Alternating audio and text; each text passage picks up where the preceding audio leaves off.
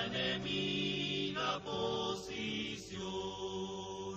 Rojo el bosque de banderas, en la marcha rumbo al sur. Son los obreros en armas, partisanos del amor. Son los obreros en armas, partisanos del amor. La gloria de esos combates no se apagará jamás. Adelante, camaradas, los echaremos al mar. Adelante, camaradas, los echaremos al mar.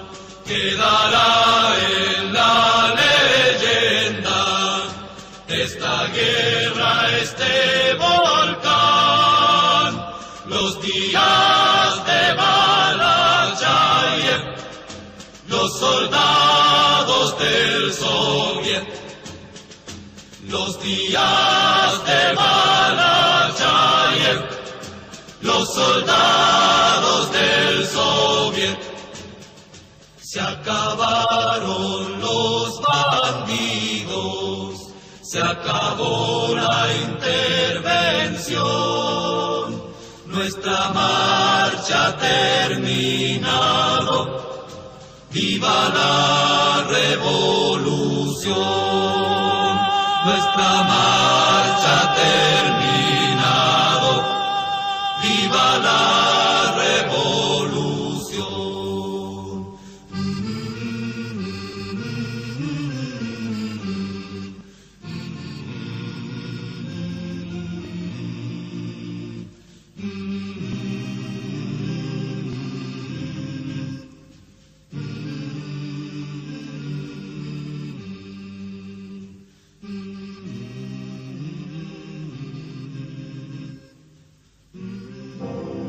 Pablo Iglesias, fundador del socialismo español, fue un luchador. Sintió pasión por la democracia y la libertad. Mantuvo una firme actitud contra la guerra y el colonialismo.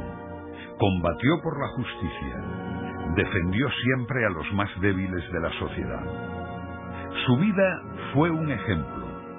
Su obra, una lección. Su memoria es patrimonio de todos los españoles. Bueno es que algunos le recuerden y otros, los más jóvenes, lo descubran hoy en un mundo tan necesitado de ideales y solidaridad.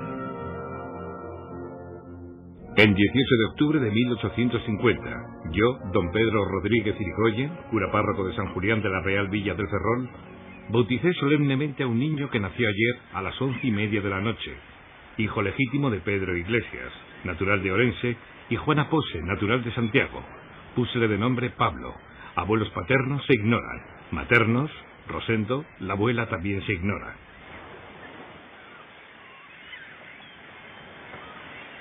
Como su padre trabajaba de peón para el ayuntamiento ferrolano, el pequeño Pablo Iglesias pudo aprender sus primeras letras en la única escuela pública de esa villa, que por entonces tenía unos 13.000 habitantes. Cuando Pablo contaba 10 años y su hermano Manuelín 6, se quedaron sin padre.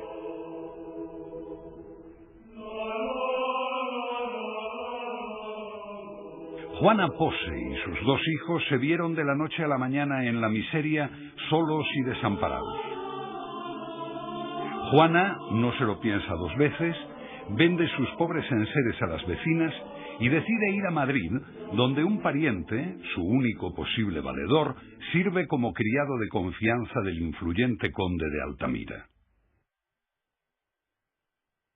En el verano de 1860 se ponen en camino hacia la lejana villa y corte, tras hacer tratos con un arriero para que lleve en su carro a Manuelín y el escaso equipaje, en tanto que Juana y Pablo harán el camino a pie.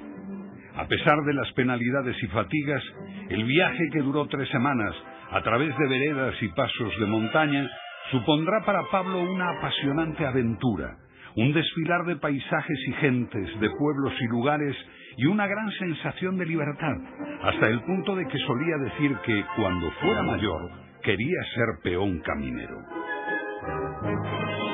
A mediados del siglo XIX, Madrid tenía casi 300.000 habitantes. Encorsetada en su viejo perímetro urbano, decrépito e insalubre, crecía gracias a la emigración desde las áreas rurales, ya que en Madrid morían más de los que nacían. La mortalidad se cebaba en las capas populares, mal alimentadas y hacinadas en chamizos y casas viejas, sórdidas y mal ventiladas. Las calles y portales estaban llenos de charcos con orines e inmundicias y venían transitados por una legión de mendigos y parados. Al llegar a Madrid, en la portería del Palacio del Conde de Altamira, informan a Juana de que su tío ha muerto unos meses antes. Para poder sobrevivir, se ve obligada a ingresar a sus 2 hijos en el hospicio de San Fernando, mientras ella se ganará un jornal trabajando por las casas como lavandera y asistenta. La separación de mi madre me afectó mucho, tanto que me quedé como atontado de puro triste. No comía nada. Mi diversión favorita era leer.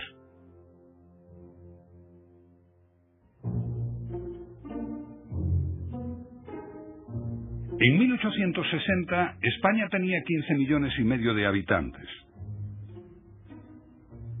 La agricultura era la base económica.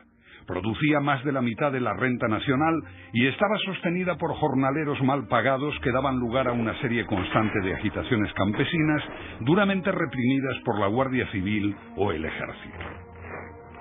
Había un elevado número de artesanos, pero la industria era raquítica y anticuada, con jornales insuficientes, trabajo infantil y jornadas extenuantes. El 80% de la población no sabía leer ni escribir. La esperanza media de vida era de 35 años. Donoso Cortés dijo: el hecho hoy dominante en la sociedad española es la corrupción que está en la médula de nuestros huesos. La corrupción está en todas partes, nos entra por todos los poros, está en la atmósfera que nos envuelve, está en el aire que respiramos. La impopularidad de la reina Isabel II, puesta en solfa en coplas y dibujos descarnados, salpicaba de lleno a la monarquía como institución que así cavaba su propia tumba. El escándalo de la Corte de los Milagros, formada por esperpénticos y nefastos personajes que influían en las decisiones de la reina, mal casada con su primo don Francisco de Asís, estaba en la calle. Su confesor, el padre Claret, Sor Patrocinio, conocida como la monja de las llagas, los amantes de turno, se aprovechaban de sus pecados, escrúpulos, poca preparación y ligereza. Durante su reinado hubo 51 gobiernos diferentes y alguno no duró más que un día. Pablo y su hermano Manuelín malviven 2 años en el hospicio. Como recuerdo de su paso por aquella institución benéfica, Iglesias arrastrará de por vida una precaria salud que habría de lastrarle no poco en su actividad. Pero el hospicio es también el lugar donde Pablo comienza a aprender el oficio de tipógrafo y donde tiene ocasión de leer multitud de libros y publicaciones. Cuando en enero de 1863, con 12 años, se marcha de allí por enfrentarse con su autoritario maestro, consigue colocarse en una imprenta de la calle de la Manzana, donde gana 2 reales diarios. Pablo va trabajando en diferentes imprentas, cada vez con mejor sueldo. El dueño de una de ellas, argumentando que el muchacho solo tiene 15 años, pretende pagarle 1 real menos que a los oficiales por hacer el mismo trabajo. Yo me negué, y él me dijo: pero si eres un chico. Le respondí: por la edad sí. Por mi trabajo y por mis obligaciones, soy un hombre. Tengo que sostener a mi madre y a un hermano. Una epidemia de cólera precede a la crisis económica que lanzará al paro a miles de trabajadores y elevará el precio de los productos de primera necesidad. Pablo presencia el levantamiento de 1866, en el que pelearon cajistas conocidos suyos, y también los atroces fusilamientos con los que el gobierno castigó la revuelta popular. El frío y el hambre se dejan sentir en Madrid con una elevadísima mortandad. En estas fechas muere de tuberculosis su hermano Manuelín, que con 14 años de edad ya empezaba a ganar algún jornal como aprendiz de zapatero.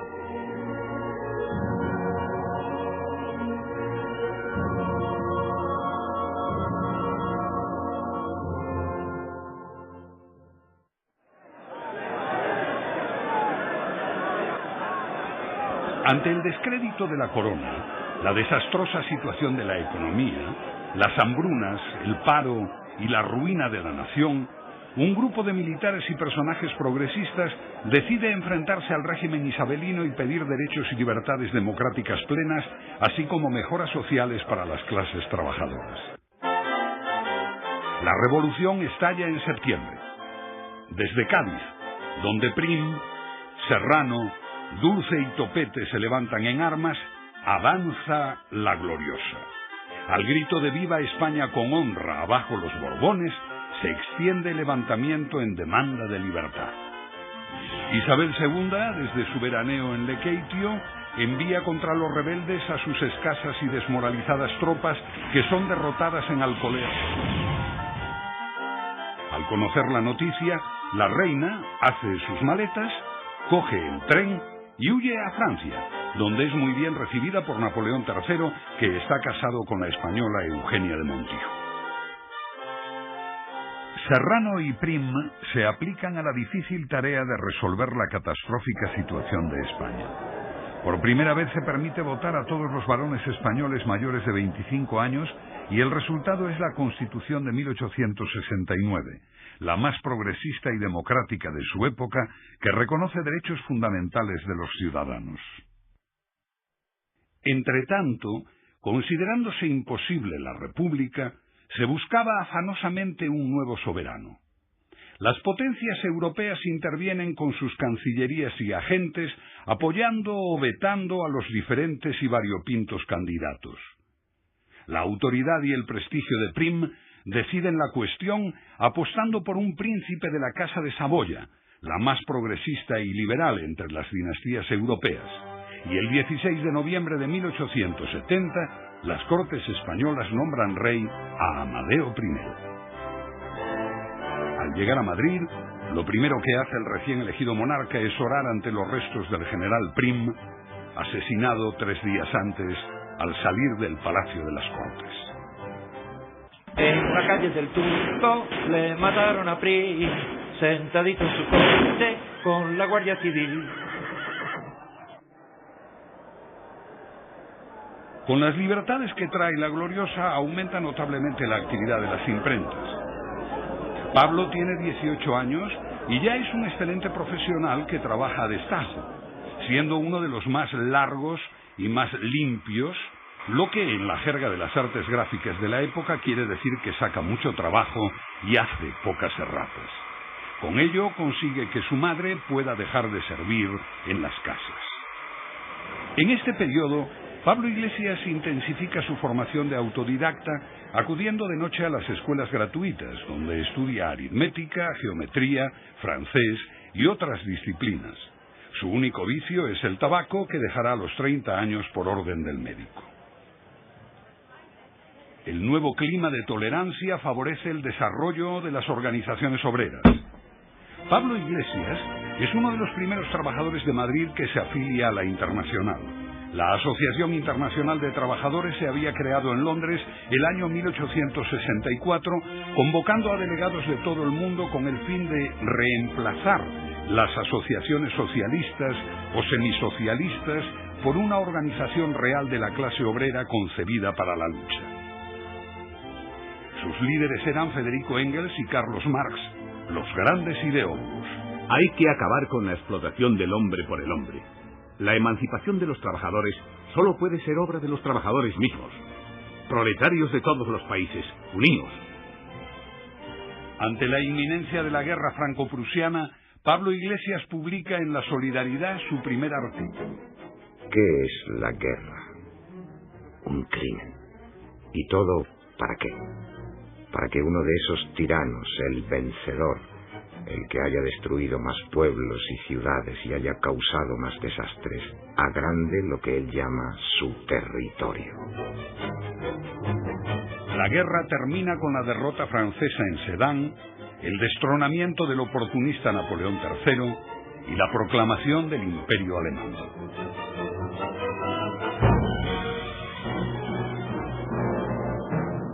Ante el caos militar, político y económico, el pueblo en el Ayuntamiento de París proclama la República.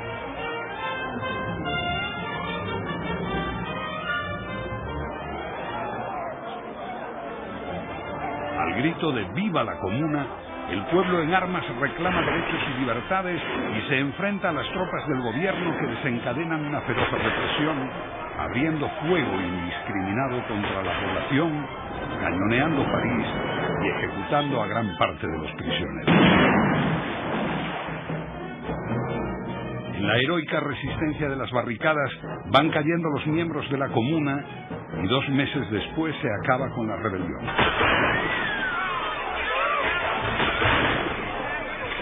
La matanza es tremenda.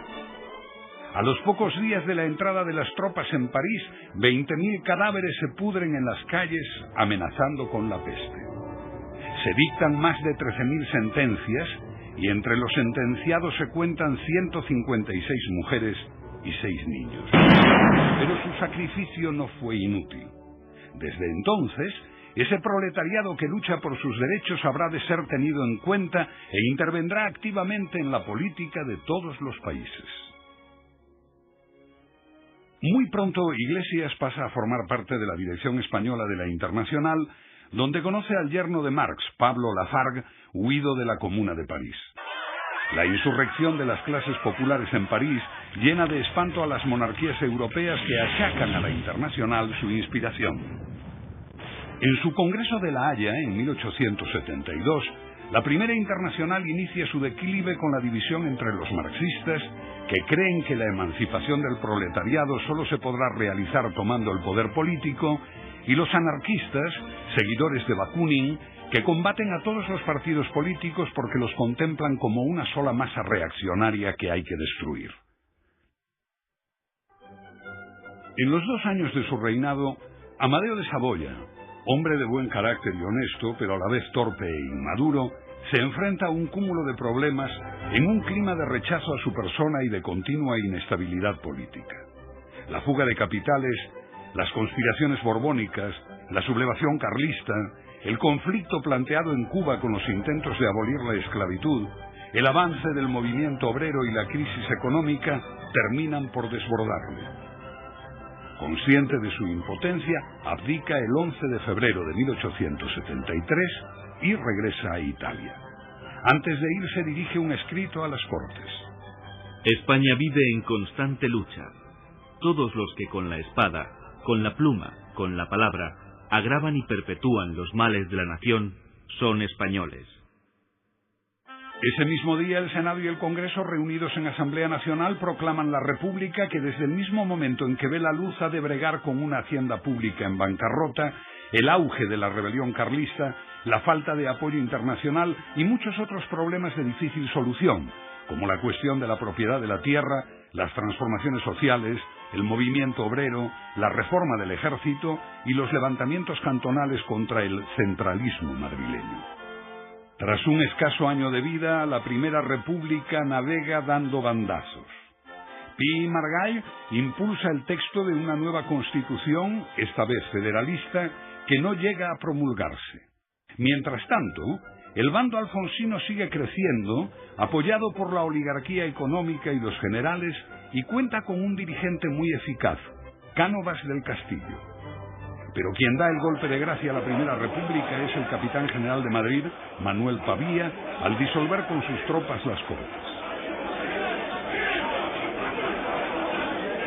finales de 1874, el general Martínez Campos se pronuncia en Sagunto a favor de la monarquía, con Alfonso XII como rey de España, con lo que termina el periodo revolucionario y vuelven los Borbones.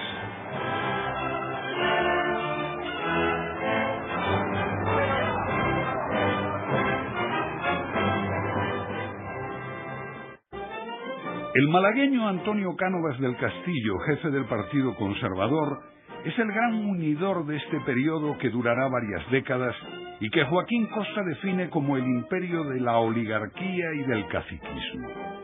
Pese a ello, es una época bastante pacífica y positiva para el país, que se beneficia de una profunda modernización, en tanto que se hacen grandes negocios y grandes fortunas vendiendo el patrimonio español a banqueros, empresas y especuladores extranjeros.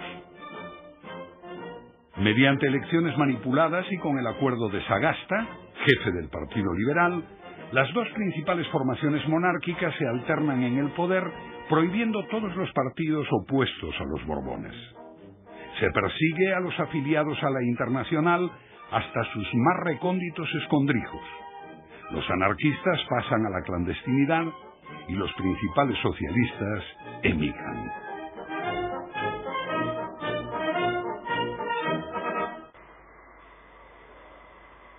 Durante este periodo, Pablo Iglesias trabaja como jornalero, destajista, corrector o encargado, ganando de 30 a 35 pesetas semanales, un jornal que le permitía ahorrar algunos duros para hacer frente al paro, situación que podía presentarse en cualquier momento, porque Iglesias, por su condición de presidente de los impresores y por sus ideas, era para muchos patronos un indeseable.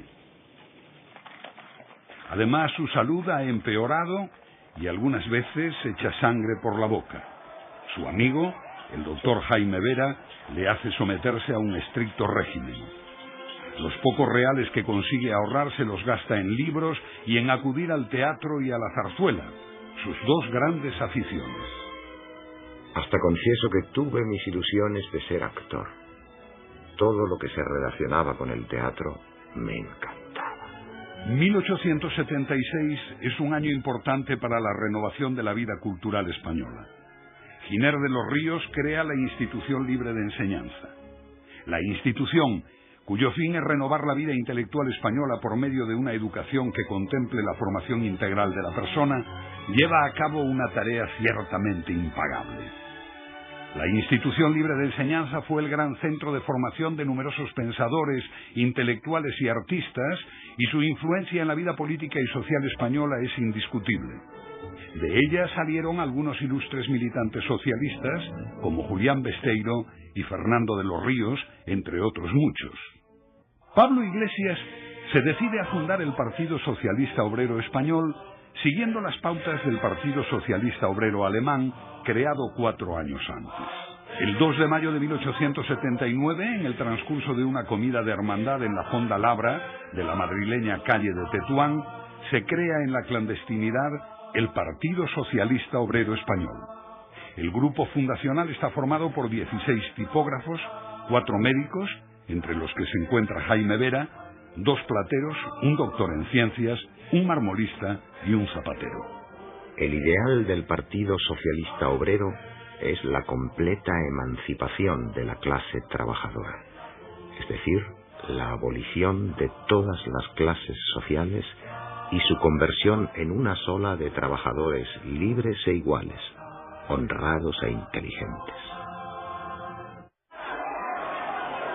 En 1882 estalla una huelga de 400 operarios en 30 imprentas de Madrid por no atenerse los patronos a los jornales pactados años atrás.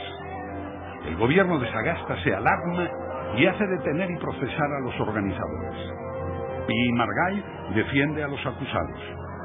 Iglesias es condenado a 5 meses de cárcel, lo que imprime a la huelga una extraordinaria resonancia y hace que el nombre de Pablo Iglesias empiece a ser bastante conocido. Pero a raíz de la huelga pierde su trabajo y el final de ese año y todo el siguiente son de suma estrechez para él y para su madre. Los patronos se han confabulado para no admitirle en ninguno de sus talleres. Por fin, En 1884 entra a trabajar en la mejor imprenta de Madrid, La Rivadeneira, pero en octubre del 85 una huelga del personal le deja definitivamente sin trabajo.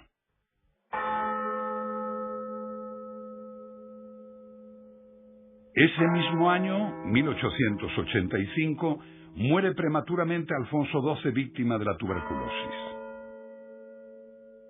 Su viuda, María Cristina de Habsburgo-Lorena, es nombrada regente y poco más tarde da a luz un hijo varón, el futuro Alfonso XIII.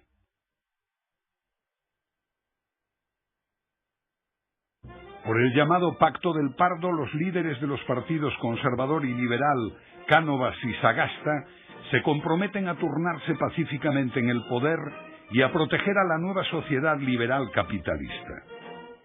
La gente espera el comienzo de un periodo de paz y de prosperidad, pero aunque se acaba con la guerra carlista, no se logra pacificar Cuba y hay escasez de alimentos y grandes mortandades.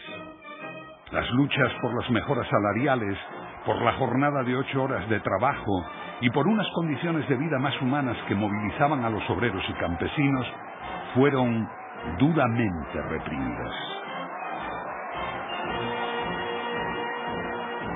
A mediados de marzo de 1886 sale a la calle el semanario El Socialista, gracias al esfuerzo de los militantes del partido que habían logrado reunir para tal fin 900 pesetas. El primero y principal propósito del socialista será procurar la organización de la clase trabajadora en partido político distinto y opuesto a todos los de la burguesía, desde el más retrógrado al más avanzado, desde el absolutista al republicano federal. Esto último choca frontalmente con los que, como Jaime Vera, no creen necesario enfrentarse con los partidos que parecen más afines ideológicamente. Los republicanos naturalmente contraatacan, tildando a El Socialista de periódico antirrevolucionario y de instrumento del gobierno para meter cizaña entre los republicanos y debilitarlos. En los talleres, en los cafés, en la calle, socialistas y republicanos porfían más que discuten. 2 años más tarde, con motivo de la Exposición Universal y acogiéndose a la nueva ley de asociaciones, los socialistas españoles se reúnen por primera vez en Barcelona.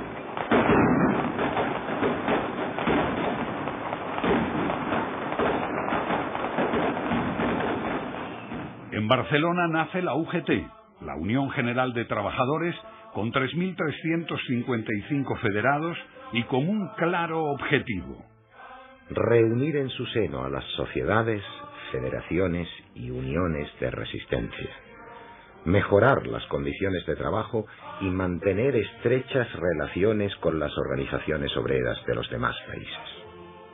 Unos días después, y también en Barcelona, se celebra con carácter fundacional el primer congreso del Partido Socialista Obrero Español. Pero el Partido Socialista encuentra dificultades para conseguir afiliados.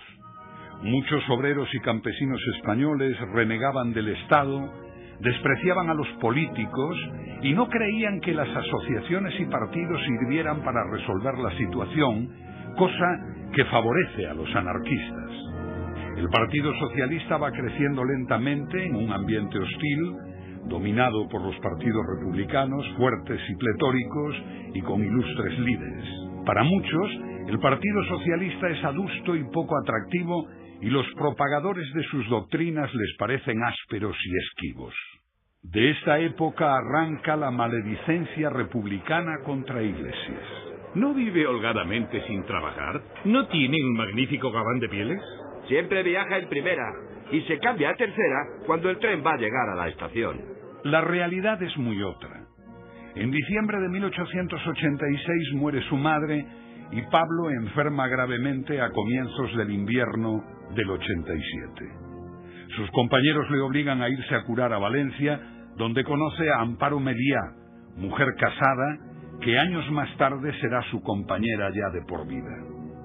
De vuelta a Madrid se traslada a vivir a la redacción del Socialista, donde coloca su cama en el fondo del pasillo, y dada la precaria situación económica de la publicación, se ve obligado a ejercer de director, redactor y tipógrafo. En 1889 el partido le envía al Congreso de la Internacional que se celebra en París. Pablo Iglesias viaja en tercera, al igual que haría más tarde, con ocasión de los congresos de la Internacional de Bruselas, Zúrich, Londres, París, Ámsterdam y Copenhague. Las dietas de que dispone, a diferencia de sus compañeros de otros países, apenas le permiten dormir en alojamientos ínfimos y concurrir a los comedores más modestos. En ese primer Congreso de París se establece la Segunda Internacional Socialdemócrata, que propone la estrategia de compaginar mediante el partido y el sindicato la lucha política, parlamentaria e institucional con la lucha económica, por lo que los anarquistas se quedan fuera. En recuerdo de los mártires de Chicago, los 4 ácratas que habían sido ajusticiados 2 años atrás, se aprueba la demanda laboral de las 8 horas y como jornada para manifestar esta reivindicación se establece el día 1 de mayo. El 1 de mayo se celebra en España al año siguiente, en 1890, el primer domingo de mes. La convocatoria había despertado una tremenda expectación y muchos pedían que el gobierno la prohibiera. Por su parte, Iglesias temía que la manifestación de Madrid, a diferencia de Bilbao y Barcelona, pudiera ser un fracaso. No es así. Una multitud incontable sigue a la comisión que preside Iglesias, quien entrega al entonces primer ministro Sagasta una petición para establecer la jornada de 8 horas. Luego Iglesias habla a la muchedumbre, que al final se retira ordenadamente. En ese año 1890 se restablece el sufragio universal, aunque solo para hombres. Las mujeres no podrán votar hasta 1933. Pablo Iglesias manifiesta: del Partido Socialista forman parte las mujeres, y es natural que así sea, porque si los hombres necesitan emanciparse, ellas lo necesitan más por ser mayor su esclavitud. Y para acabar con ella no pueden ir a otro partido, ya que solamente el socialista lucha por la desaparición de todas las esclavitudes. Los socialistas en su Congreso de Bilbao deciden participar en las elecciones y presentan a Pablo Iglesias. Su propaganda se basa en un manifiesto escrito por Vera, del que se repartieron 10.000 ejemplares, pero no consiguieron ningún escaño. A finales de 1893 llega a Madrid Amparo Meliá, separada de su marido. Trae con ella a su hijo Juan, de 10 años. Pablo les ayuda a instalarse. Amparo entra a trabajar en un pequeño taller de pasamanería, donde varias hijas de compañeros socialistas son instruidas en el oficio. Juan Almela Meliá, que acabará siendo como un hijo para Iglesias, nos cuenta cómo fue forjándose ese hogar. Iglesias siguió ocupando durante algún tiempo su habitación en la calle de Hernán Cortés, pero dejó de acudir al fondín de la calle de Tetuán. Con lo que él podía gastar en comer y cenar y lo que mi madre ganaba en su profesión, se hacía el prodigio de reunirnos los tres ante una pobre mesa 2 veces al día. 1, 2,